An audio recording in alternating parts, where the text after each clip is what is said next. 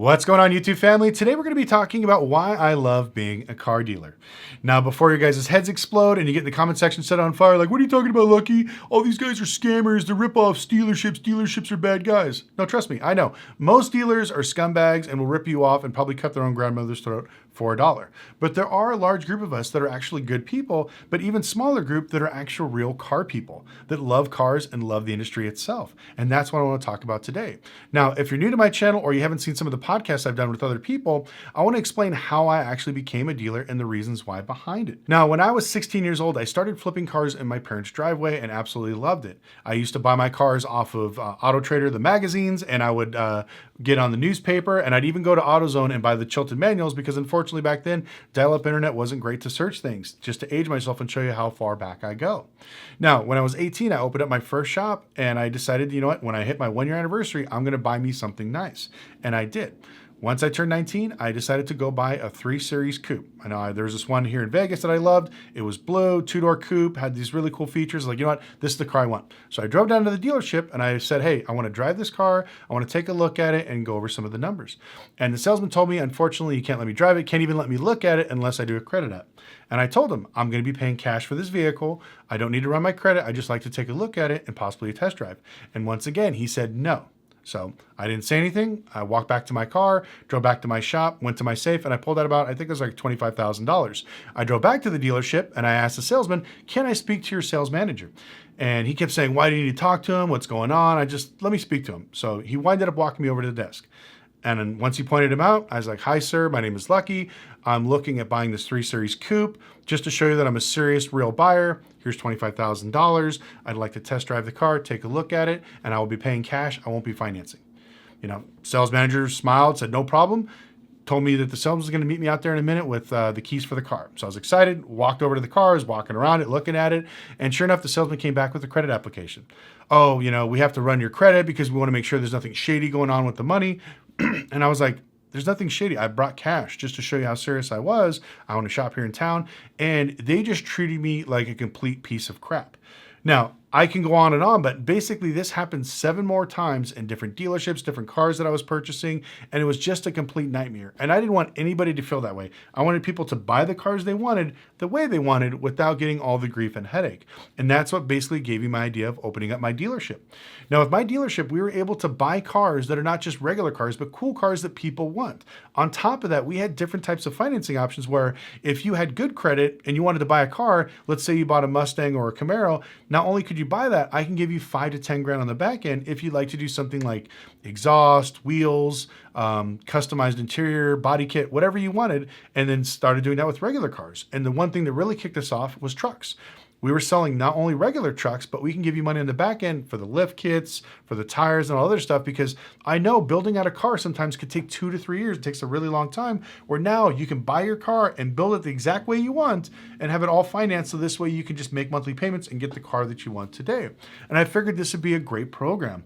Not only did we do this, we started going into other ways to how we can help people. And I remember when I bought my RX-7, it was almost impossible to find somebody to finance it because it was a 93. Even though the car is worth a lot of money, no banks wanted to touch it. So I found 2 local banks and a credit union that would finance Japanese imported cars. And we started selling those quite a bit. RX-7s, Toyota Supras, a few of the other crazy ones.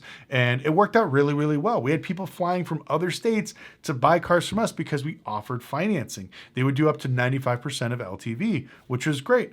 All these programs were designed to help people get the cars that they really, really want. And this is when we decided to kind of raise the bar and start going with more mainstream vehicles. Let's just sell regular cars. We came up with first-time buyer programs where if you had no credit, you were a complete ghost, you can get 12% interest, which it sounds like a lot, but back then for a new car, up to $25,000 is almost impossible to find. We worked with local credit unions and banks to help refinance and build your credit. So this way, even if you can't buy a car today, we would get you into a program that would help you build credit. So hopefully in 6 months from now, instead of putting 5 grand down, you only have to put $1,000 down because you actually built some sort of credit. We had secure credit card programs, money mutual accounts that you could actually build credit with. We did all these things to help the consumers out because we did want to be like every other dealership, because everybody told me, man, if you can be an honest dealer, you will make so much money. And if you can help people get the cars they want, you'll basically be limitless and you'll make a bunch of money.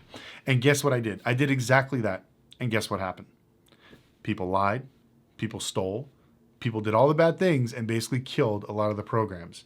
Now, banks are really good when it comes to giving out money, but if the program doesn't work or it costs them too much money, they will cut it off and stop it. Now, over the years we were doing this, I told everybody, no matter what happens, don't ever be a first payment default or default in the first 90 days. These are two major red flags for lenders. This lets them know that whatever lending program they're building, if they get too many of those, it won't work. And unfortunately, over 3 years of doing this, they started to pile up and the bank said no more. So now if you wanted a Japanese import car, they didn't want to finance them. If you wanted to buy a car and add some other accessories, they were really strict. Unless you had tier 1 credit, they wouldn't want to do it. And little by little, it wasn't the dealership, it was the consumers and the people that would ruin it for everybody else. On top of that, we developed a really great program with a local credit union, America First Credit Union. If you guys are in the West Coast, definitely sign them up. But not only would they give you a car loan, but they would give you a credit card so you can have revolving credit along with your fixed loan. But more importantly, once you built that relationship with them, they have an internal refinancing where if you make 6 payments and you pay $30, they will refinance internally and keep dropping your rate. So it doesn't hurt your credit and you're constantly lowering your interest. And these were some of the programs we really wanted to help people with. And these were some of the things, like I said, that we wanted to offer to consumers to help them. We'd even offer credit coaching where if they came down and their credit was trash, we would tell them, hey, go here, get a secured credit card, go here, get another secured credit card, and then come see us in 2 months.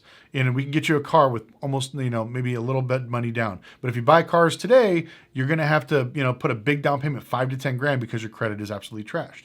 Now, even though we went out of our way to help people, 90% of the people would still not listen to us.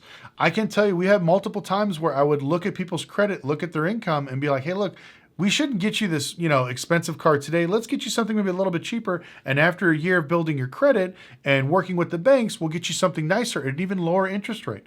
And they never want to listen. And, people always love to blame dealerships because oh, the dealer did this to me. The dealer screwed me over. Not true. Dealers want to sell you cars. Yes. Some probably want to bury you and never see you again. But most of us, I'd rather sell you a cheaper car today and then hopefully another car next year. And over the next 10 years, you come see me multiple times. Those are the kind of customers you want because you have the residual customers. This was a great dealership. They took care of me. They gave me the cars they wanted and they gave me real financing and real options, And so I tried to basically level up and be that honest dealer. And all it got me was nothing but pain and heartache. Now, fast forward to today, with new Panda Auto Sales, the reason why I called it that is because everything's in black and white. We're going to be as bluntly as possible. This is the price. If you have good credit, this is what we can get you. If you have bad credit, this is what you should do. And if you buy the car, fantastic. If you don't, I don't care. But our whole goal is to be as brutally honest as possible moving forward and try to help customers get new cars. Now, with all this being said, I want to see what happens as we start to roll out some new bank programs because I've been looking for a dealership here in Las Vegas for probably almost a year. Now, if you guys have seen my channel before, we found that great place on Fremont Street. It was like 3 acres. It was great. But unfortunately, the landlord didn't want to get the occupancy license and all the other places here are absolutely crazy when it comes to rent. But I finally found a spot that the dealership is thinking about basically closing down, retiring, and giving back his keys to the landlord. So before he did that, I reached out to the landlord and asked him, can I get this property for X amount of dollars? And if it does, then hopefully within 2 months, I will have a dealership where I can sell to the general public and you guys on the internet, not only just here in Vegas, cars at a fixed price, at guaranteed financing for certain people and a decent rate. Like we're just not going to lie, we're not going to BS you. We're just going to show you everything out there. Now, one of the things that's going to make me laugh is I want to see how many people actually want to do this because everybody always says, oh, I want an honest dealer. I'm tired of the BS. I'm tired of the games. But when you meet somebody like me and I tell you your credit is crap, you can't afford it, don't buy it. I want to see what people say. Now, I know a lot of people, oh, that you're lying, Lucky. That doesn't really happen. You don't do that. I am going to put cameras in there and I'm going to get people to sign off and I'm going to show some of these recordings because I'm sure when you guys hear us saying, hey, you know what, you probably shouldn't buy that car. You should probably buy something else, maybe a little bit more affordable. And then when the customer yells at us, I buy what I want to buy. Don't tell me what I want to buy. I'm like, okay, you can buy it. And I know some of you guys may be thinking, well, Lucky, you could stop the sale. You can do that. It's actually illegal. If I start telling people I can't sell you this car and I can't give them a good reason why, if I say, hey, you know what, you can't, realistically afford this car and I don't give it to them and the bank approved them, They could literally turn me into the DMV and I can get fined. Why didn't you sell this customer a car? Well, I saw his credit and he was struggling making payments. He couldn't come up with a down payment. I just didn't want to see the guy ruin his credit. And you know what the DMV would tell me? That is not your job to tell somebody what they can do with their own money. Sell them the car or get a fine. And this is real talk. This is exactly what happens in our industry. So hopefully when this dealership gets open, I don't know if we're going to do some sort of reality series where we can show you guys and you guys can come down here, because when I tell some of these stories, I know a lot of you guys' eyes bug out because you're like, there's no way this is true, or there's no way this could be happening. It is 100% true. I don't even got to lie. If you know any dealers, go to their dealership and talk to them. We will tell you like multiple times, I don't want to just sell you one car and screw you over. I want to sell you multiple cars over time. If you have a good experience, you're going to introduce me to your friends, to your family. That is our goal. That's the whole purpose of this channel. The only reason I've gotten to whatever 530 something thousand subs is because I'm trying to help people. And we're trying to build a network and work together.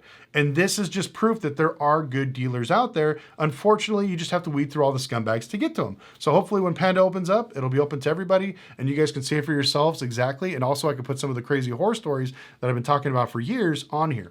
Now, I'm going to be at Monterey Car Week this week doing podcasts, talking to people and other stuff like that. And so I'm going to try to keep the positive videos going. Now, I love being a dealer. I would love to sell to the general public again, especially to people on the internet, because I know there's a lot of people hurting. They want good cars or affordable cars, or just want to know that they're not being lied to. I think that's the biggest thing. If I tell you you have bad credit and the best rate I can give you is 10% or 20% or whatever the case may be, at least I'm not bullshitting you. And that's what we really want. If you have good credit, I'm going to tell you have good credit and I can get you the lowest rate I possibly can without trying to hold back, interest rates and charge you more money and trying to do some underhanded stuff.